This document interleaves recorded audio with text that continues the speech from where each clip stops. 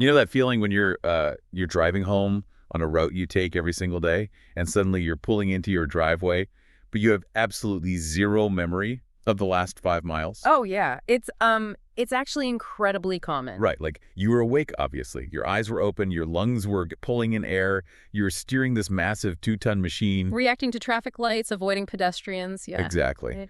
But consciously, Mm, you weren't really there at all. yeah. I mean, it's almost like a localized, temporary version of being dead to the world. That is the ultimate autopilot phenomenon, and it perfectly captures this strange paradox of human existence. How so? Well, you're physically functioning, right? You're meeting all the biological criteria for life, but your actual awareness is entirely absent. And the thing is, we do this constantly. Not just in cars, right? Exactly. Sitting in meetings, having conversations with our families, or, just moving through our daily routines, we become these highly efficient biological machines ticking along, but the conscious driver has essentially vacated the seat. It is genuinely terrifying when you realize how much of life is spent in that void. And that is exactly why today, for this deep dive, we are taking a massive step back from the daily news grind. And the endless smartphone notifications? Yes, the minor anxieties of the week, all of it. Because today, we are going to explore a text that tackles that exact feeling of being asleep at the wheel of your own life. It's a fascinating one. It really is. For you listening, we're grounding today's deep dive in the writings of Guru Amar Das Ji, specifically from Rag Biagra. We're looking at a profound philosophical framework regarding the human condition, the trap of the ego, and, well, what it actually means to be fully awake. We are looking at a deeply spiritual and philosophical source today, for sure. The specific excerpts we're analyzing, they focus on the concept of a divine, all-knowing creator, but they do so by holding up a very, very harsh mirror to human behavior. And just to set the stage for you, we are not reading this as some dusty historical artifact. No, not at all. We're unpacking this as highly practical manual for consciousness. The verses we're looking at, they do not shy away from the heaviest subjects imaginable. Life, death, the illusion of the self. Right. We're going to explore how we get trapped in that illusion and how we might achieve a state where, and I just love this phrase from the source, a state where not a single breath passes in vain. The framework the text provides for getting to that state is it's incredibly methodical. It operates almost like a medical diagnosis. Oh, I like that framing. Yeah, first it identifies the underlying illness plaguing humanity. Then it explains the necessary catalyst for a cure. Okay. It describes the lived experience of being cured. And finally, it attempts to describe the indescribable nature of the ultimate reality behind it all. Let's start right at the beginning with that diagnosis then, because it connects perfectly to our driving analogy. Right, the autopilot. Yeah. The text introduces a concept called haumai, which translates roughly to egotism or ego. And the author, I mean, he does not pull any punches here. The text states, in egotism, the world is dead. It dies and dies again and again. It's a striking contradiction to how we normally view the world, isn't it? Totally. In modern society, we usually associate the ego with being, like, overly alive. Exactly. When we say someone has a big ego, we picture them dominating a room, asserting their presence, constantly chasing achievements. We equate ego with vitality, with ambition. Yeah, they're the loudest person in the room. Right. But this philosophy flips that entirely on its head. It argues that a life driven by ego is actually a state of spiritual death. Because you're entirely consumed by the self. Yes, and that consumption, it isolates you. You are trapped in a loop of your own desires, your anxieties, your status, your perceived slights. It's a very small world when you live like that. It is. Because you're so locked inside that artificial bubble, you're disconnected from the actual vibrant reality of the divine or the universal truth happening all around you.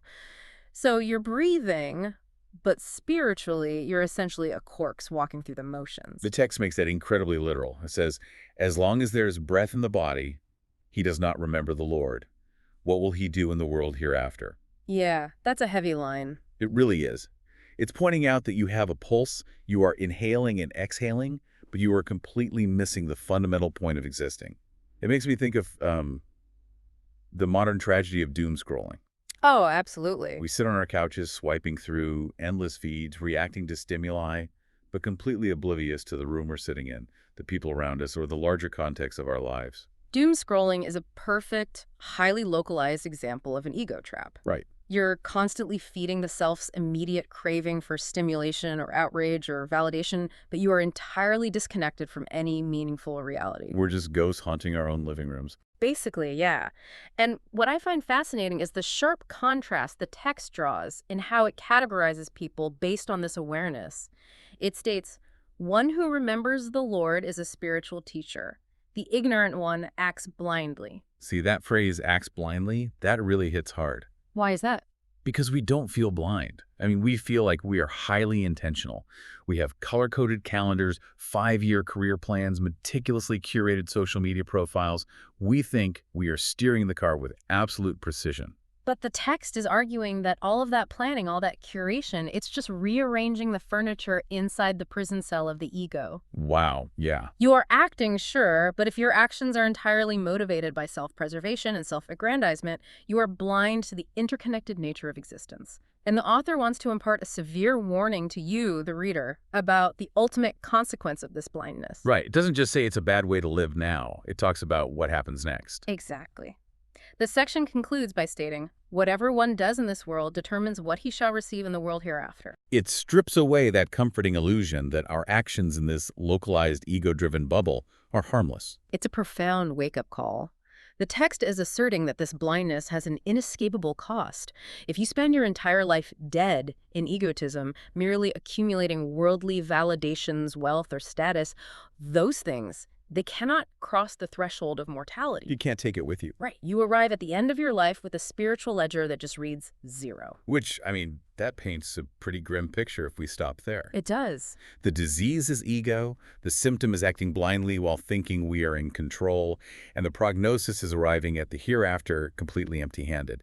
So if ego is this inescapable closed-loop system, how do we ever break out of it? We can't just think our way out, right? No, you really can't, because our thoughts are generated by the very ego we're trying to escape. That is such a frustrating paradox. It is the ultimate philosophical trap. You cannot use the ego to defeat the ego.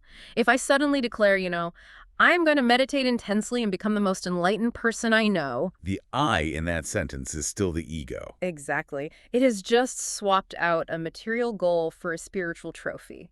The ego is still completely in charge. This is why the text introduces a vital intervention. And this brings us to a really fascinating tension in the source material. Yes, the true guru. Right. The text declares that from the very beginning, it has been the will of the Lord Master, that he cannot be remembered without the true guru. It explains that by meeting this true guru, a person finally realizes that the divine is permeating and pervading deep within them. But I really struggle with the implications here. Okay, let's explore that struggle. What stands out to you? Well, if the text explicitly says it's the will of the Lord Master from the very beginning, and that we absolutely need this external catalyst, the true guru, to wake up, doesn't that imply our spiritual awakening is entirely out of our hands? Yeah, I see where you're going. Like, if I'm trapped in the autopilot ego, and I literally cannot break out without this specific divine intervention, it sounds like I'm just supposed to sit on a couch and wait to be struck by spiritual lightning. It feels like this framework completely removes human agency. You're hitting on the classic tension between free will and divine grace. Mm. I mean, that's a debate that has dominated theology and philosophy for millennia. Right. It's not a new problem. No, but what makes this particular text so compelling is how it navigates that tension. It doesn't view free will and divine sovereignty as a binary contradiction, Right. but rather as a necessary synergy. Okay, synergy. Yeah, the text heavily emphasizes divine sovereignty, explicitly stating he bestows this rank upon that mortal upon whom he showers his mercy. So it ultimately comes down to mercy. It does, but we have to connect this to the mechanism of how that mercy operates. Okay. The realization cannot come from human effort alone because of that ego trap we just discussed. Yeah. So the true guru is introduced as a necessary external meets internal catalyst. Think of the true guru not just as a physical teacher, but as an awakening force, a mirror that shatters the ego's illusion. This mirror allows you to see what the text says is already permeating and pervading deep within. Ah, okay, so it's an uncovering of something that was already there, Yeah. rather than going out and acquiring something brand new. Precisely. And here is where human agency comes back into the picture. The agency lies in your openness to that true guru. I'm tracking with you. It's your willingness to surrender the ego when that grace or that awakening force presents itself. A helpful way to think about it is this. You cannot force the sun to rise. Right. The sunrise is entirely outside of your control. But when the sun does rise, you still have to make the active choice to walk over to the window and open the curtains to let the light in. You can't force the sunrise, but you have to open the curtains. I love that analogy. It shifts the burden in a way that makes sense. Exactly. We aren't responsible for generating the light, but we are definitely responsible for removing the barriers we've built up against it. So let's say the curtains are open. The true guru has shattered the illusion of the ego, and the person realizes the divine is within them. How does this awakened person actually live day to day? The text handles this beautifully. It moves from these massive cosmic concepts of divine will and the hereafter right down to the most microscopic, intimate, and biological level of human existence. Which is? It focuses entirely on the physical breath. The text states, with each and every breath, he constantly remembers the Lord in meditation. Not a single breath passes in vain. This concept demands a lot of unpacking, I think. Yeah. Especially today when mindfulness has become this massive, multi-billion-dollar industry. Oh, absolutely. We get alerts on our smartwatches telling us to take a minute to breathe. Mm-hmm. We download apps, do a quick guided meditation, and then we immediately go back to being stressed out about our inbox. Right. The modern commodification of mindfulness often turns the act of breathing into just another task on our endless to-do lists. Check. I breathed today. Yeah, it becomes another metric for the ego to track. I meditated for 10 minutes. I am so zen today. But this text is demanding something infinitely more profound than a daily 10-minute session to lower your heart rate. It's talking about an unbroken, continuous chain of conscious breathing. Not a single breath passes in vain. It places this immense, almost crushing weight on the automatic act of inhaling and exhaling. It does. So, mechanically speaking, how does focusing on the breath actually achieve this enlightened state? If we look closely at the underlying mechanics, it makes profound psychological sense. Think about the physical reality of a breath. A breath can only ever happen in the present tense. Yeah. You cannot breathe in the past, and you cannot store up breaths for the future. You can only breathe right now, in this exact millisecond. It is the ultimate anchor to the current moment. Yes. And by focusing your entire consciousness on the divine in that present breath, the text says the result is that his fears of birth and death depart, and he obtains the honored state of eternal life. That's a huge claim. It is, and we need to unpack why those specific fears vanish. Fear is inherently a projection. The fear of death is an anxiety about a future event. Okay, yes. Conversely, the trauma of birth, or in many Eastern philosophies, the karmic cycle of rebirth, is a tie to the past. Karma is driven by attachment to past actions and a desire for future outcomes. So if you pull all of your consciousness into the current inhale, there's literally no room left for the past or the future. Exactly. The architecture of time essentially collapses. If your mind is unequivocally anchored in the physical mechanics of a single breath, desire cannot exist. Anxiety cannot exist. You're starting the engine of karma. Perfectly said. You are. The future and the past dissolve, leaving only a pure, divine presence. Which completely redefines the concept of eternal life. I mean, when most people hear that phrase, they picture a timeline stretching out forever living for billions of years in some cloudy afterlife. Right, a very literal eternity. But based on this mechanical breakdown of the breath, it sounds like eternal life isn't about an infinite amount of time. It's about an eternal present. That is a brilliant synthesis of the text. The paradox the author presents is stunning.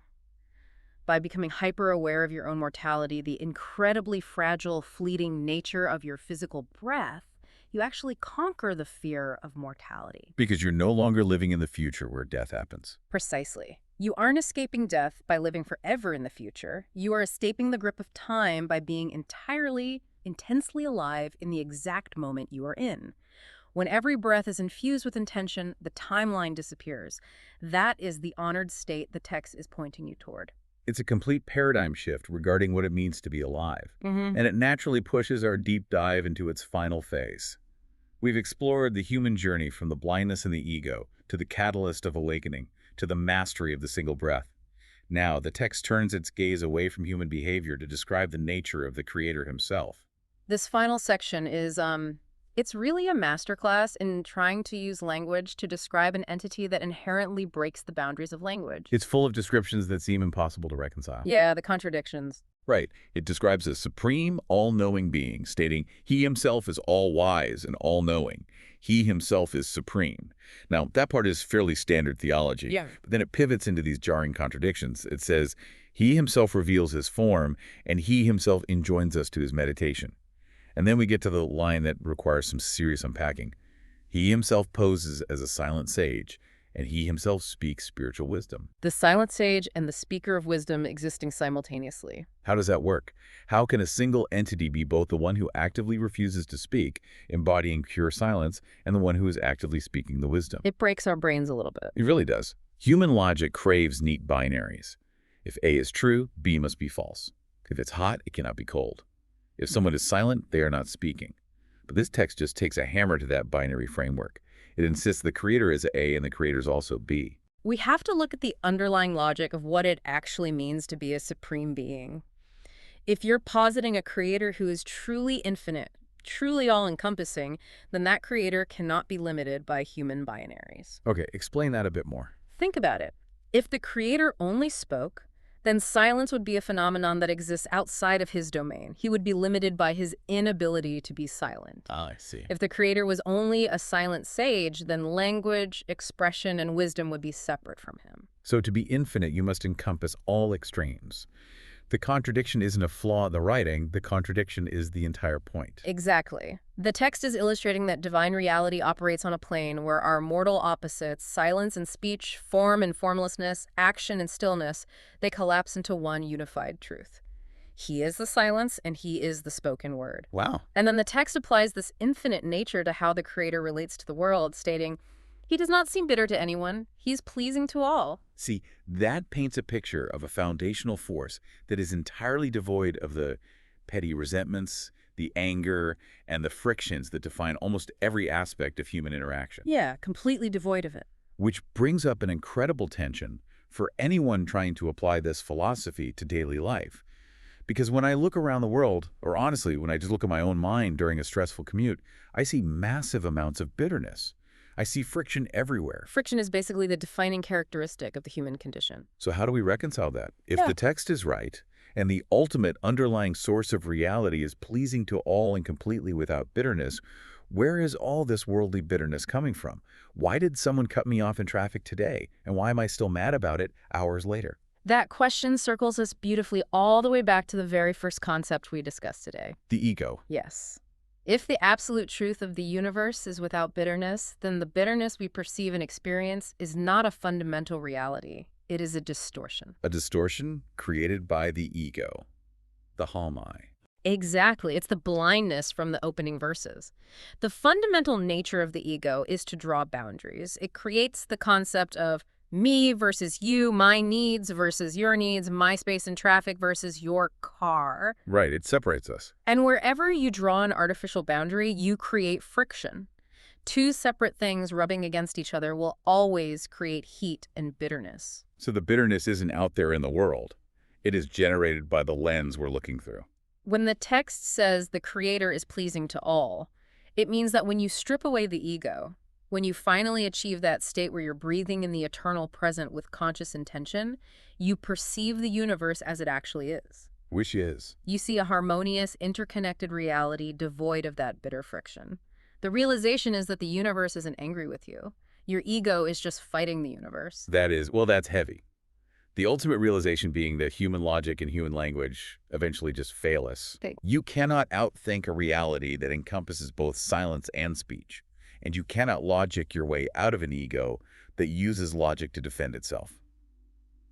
I guess this is why the author doesn't end the text with a neat philosophical proof or, a 10-step call to action. No, it doesn't end like a textbook. The text concludes by simply saying, his praises cannot be described. Forever and ever, I am a sacrifice to him. It ends in surrender. When faced with the infinite, categorization fails. The only logical conclusion is to yield. You offer up the very ego that was desperately trying to understand and control the universe in the first place. Which brings this entire philosophical journey directly back to you, listening to this right now. Whether you're tackling a busy workday, commuting on autopilot, or just trying to figure out your own purpose, This ancient text reaches across centuries to ask a piercing, deeply personal question. It really does. Are you spending your breaths in the blindness of ego, acting intentionally but missing the point entirely? Or are you living with conscious, deliberate intention, anchored in the present, where not a single breath passes in vain? It's a question that requires constant asking. Waking up is not an event that happens once. It's a continuous daily practice of opening the curtains. And as we wrap up this deep dive, we want to leave you with a final thought to mull over, building on that paradox of the Creator we just talked about. We discussed how the foundational reality is entirely without bitterness, and that it encompasses both the silent sage and the speaker of wisdom. A reality where all opposites are unified. So think about this as you go through the rest of your day. If the very source of all existence is entirely devoid of bitterness, does that mean the annoyances, the resentments, and the frictions you fight against every single day are actually just illusions? That's a great question. Are they merely projections created by your own egotism trying to defend its artificial boundaries? It suggests that the next time we feel bitter or offended, we aren't actually reacting to the truth of the world. We are just reacting to the distorted reflection of our own ego. The next time you find yourself frustrated, running on autopilot, and disconnected from the present, take a moment to look at your hands on the steering wheel of your life. Take one conscious breath and ask yourself, are you truly awake or are you just driving? Thanks for taking this deep dive with us. Take care and remember to breathe.